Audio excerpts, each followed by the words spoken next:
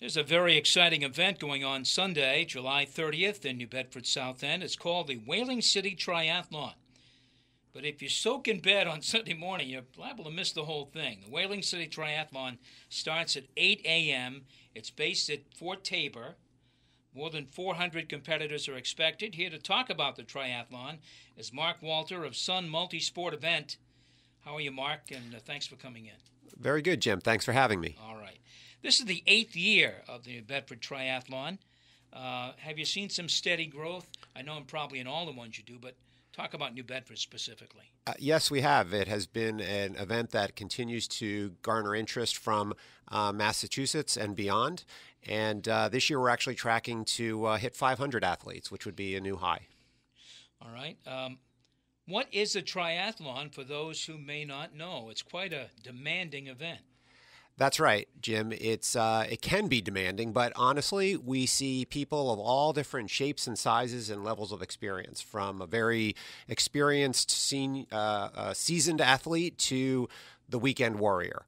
A triathlon consists of swimming, biking, and running, right in succession, with no break in between, unless you choose to sit down for 30 seconds or so.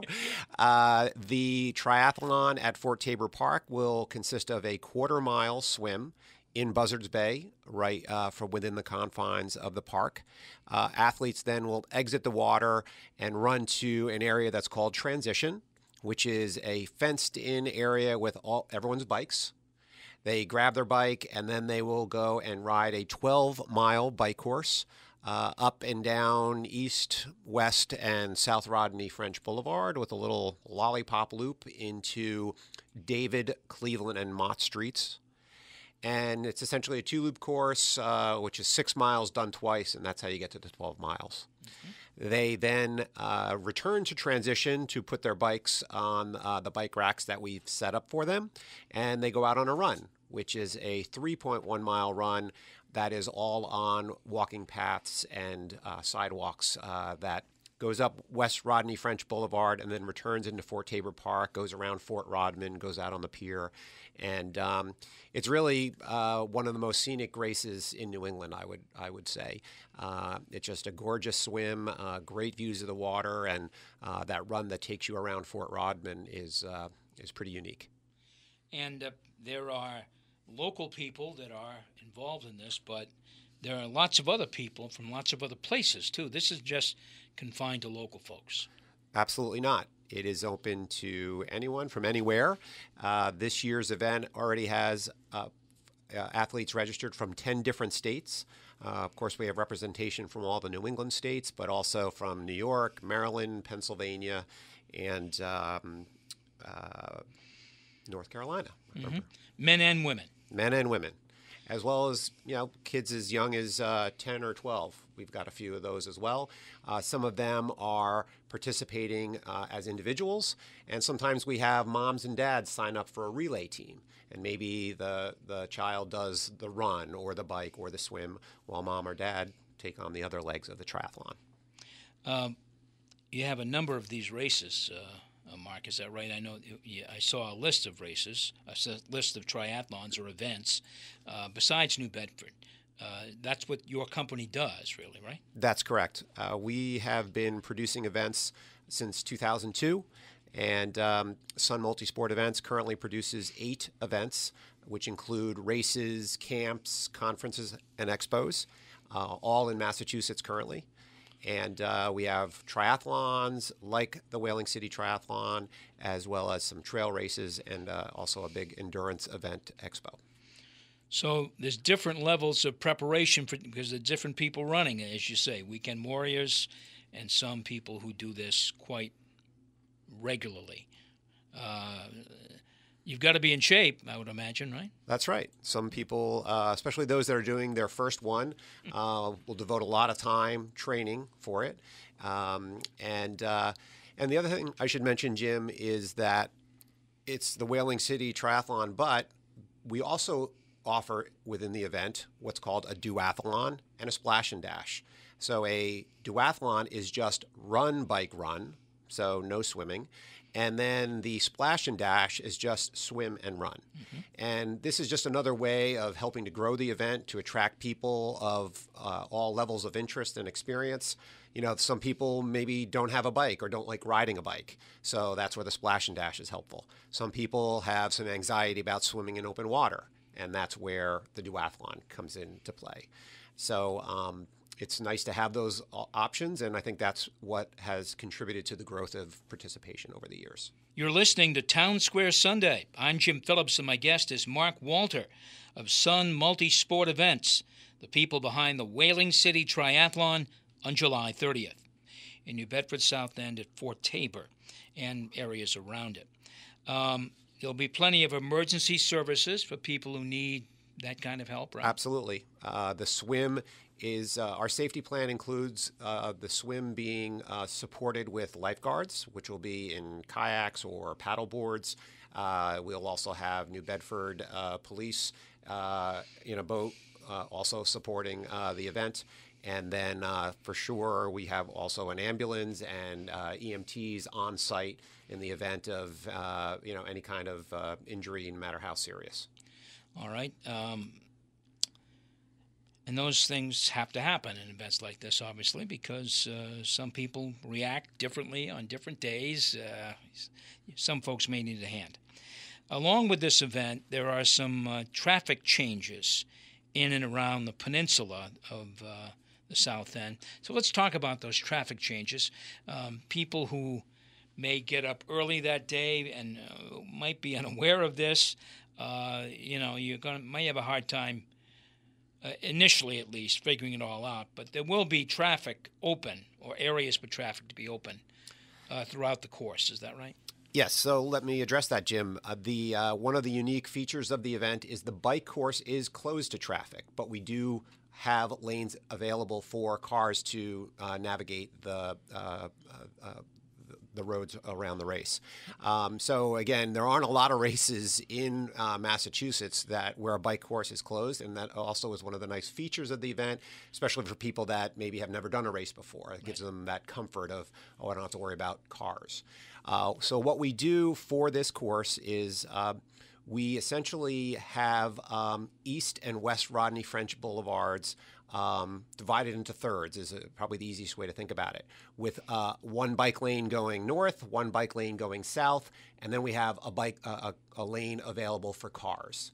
So on East Rodney French Boulevard, cars are able to drive south down towards Fort Tabor Park, and on the west side, cars are able to drive north up towards the hurricane barrier. Sure. That way. So essentially you can get around the point, but obviously, you can't go north on East Rodney and you can't go south on West Rodney. But Brock Avenue is open. All the side streets that feed into those roads are primarily open. There are a couple of the little detours that we have, but the bottom line is cars can get around, and we're trying to minimize that inconvenience. We will be posting signs about where cars should not park that morning, as well as we do send out a mailer to some of the homes where the bike route is set up and where we ask that cars aren't parked.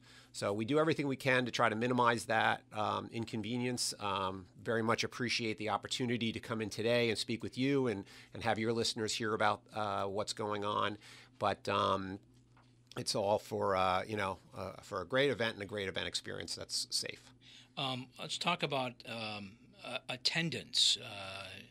Lots of spectators. I'm sure families of some of these people are there, but in general, spectators, they appear? Absolutely. A lot of athletes will come with friends and family. And one of the great things about this event, it is a very spectator-friendly event because where the swimmers start, which is down by the boathouse within the park, provides great viewing opportunity to see the swimmers as they start the swim and when they exit. And then with a two-loop course that will go by the front of Fort Tabor Park, spectators that move down towards that corner will have multiple opportunities to see their favorite racer going up and down the roads. Mm-hmm. And then once they're out on the run, within the park, there are places to view, and of course the finish line being the most popular, which is right on the large field across from the community center of Fort Tabor. But again, if you sleep in that morning, you're likely to miss the whole thing because this is over by 10:30, 11 at the latest. Is that right? Even earlier. So, and I should also highlight that everyone's pretty much off the bike course by 9:30. Wow. So again, there is going to be some rerouting of cars as a result of the road closure plan that I described. Mm-hmm. But pretty much by 9:30, everyone is off the course. At that point, we're picking all that up. So I would say probably by 10, it is free-flowing in all directions. And the race, as you said, starts at 8. We do have a rolling start, so it's not like everyone that's doing the triathlon all goes in the water at once. We have waves established so that they're going in, every few minutes, and that also helps, manage the flow of people out. But our last finisher will probably come across the finish line, I would say 10:15-ish, around then. All right. Is there still time to sign up, getting involved with this in some way? Yes. Online registration is open until next Friday, July 28th at 6 p.m. And for more information on the race and a link to register for the race, you can find that at www.sunmultisportevents.com. Or just Google Whaling City Triathlon, and I'm sure you'd find it instantly. So, again, it starts at Fort Tabor, 8 o'clock. Yes. Give us a audio picture of the scene there early in the morning. A lot of nervous excitement. Everyone has those pre-race butterflies, and everyone's preparing, because this is not just like a 5K where you come in your sneakers and you just go out and run. People have to bring their swim gear. People swim in a wetsuit. Some do, some don't. You've got your swim cap, your swim goggles, possibly a wetsuit. Then for your bike, you have your helmet, bike shoes, special shirt you might want to be wearing. And then, of course, for the run, you have your running shoes. So there's a lot of preparation of people getting ready to race, and that's what's going on in transition. So everyone in transition has their own little area, and they're setting all this up in a way that will make it organized for them as they go from the swim to the bike to the run. And like I said, so there's a lot of setting up and making sure they're got it all figured out. People like to warm up, go for a little dip in the water, do a little bike riding, go for a little jog. And the other thing that I should mention is this event is open to individuals, and there are maybe 20% or so of individuals that are part of teams. So one of the things that we do is we rack teams together in transition. So all the members of, say, the Bay State Triathlon team will be together in transition, or the Boston Triathlon team. These are some of the clubs that participate. And we actually have a club competition where the fastest team, fastest club can win $500 cash, as well as other prizes that we make available from our sponsors. Mm-hmm. And who are? Give me the key sponsors, 2 or 3 folks. Sure. Landry's Bicycles is a long-standing sponsor of all of our races, so they'll be there the morning of the event providing technical support. So anyone that needs their tires pumped or suddenly realizes there's a strange clicking noise with their bike, or just something that happens that they didn't realize, when they got to the event, that their bike needs a little adjustment. Landry's helps out. Marathon Physical Therapy and Sports Medicine is another series sponsor of ours. They provide physical therapy services and post-race massage, which is a very popular station for people after they come across the finish line for some stretching and massage. Those are 2 of our sponsors. Gatorade is a sponsor. They provide the Gatorade that's available. Cliff Bar provides gels that people might use for a little boost of energy on the course. That's made available at our aid stations, as well as Cliff Bars at the finish line. Mark, thanks for coming down. Good luck on the 30th. Sounds like a great time. 8 a.m., folks, out of the peninsula. It's quite a show. That is it for this week's Townsquare Sunday. Thank you for tuning in. Special thanks to production assistant Mike Roberts for getting the program on the air today, and digital producer Casey Sylvia for posting these interviews on our website, WBSM.com. Again, we're here every Sunday morning at 6. You can visit our website to listen to the interviews on demand. Until next week, have a great week and a wonderful Sunday.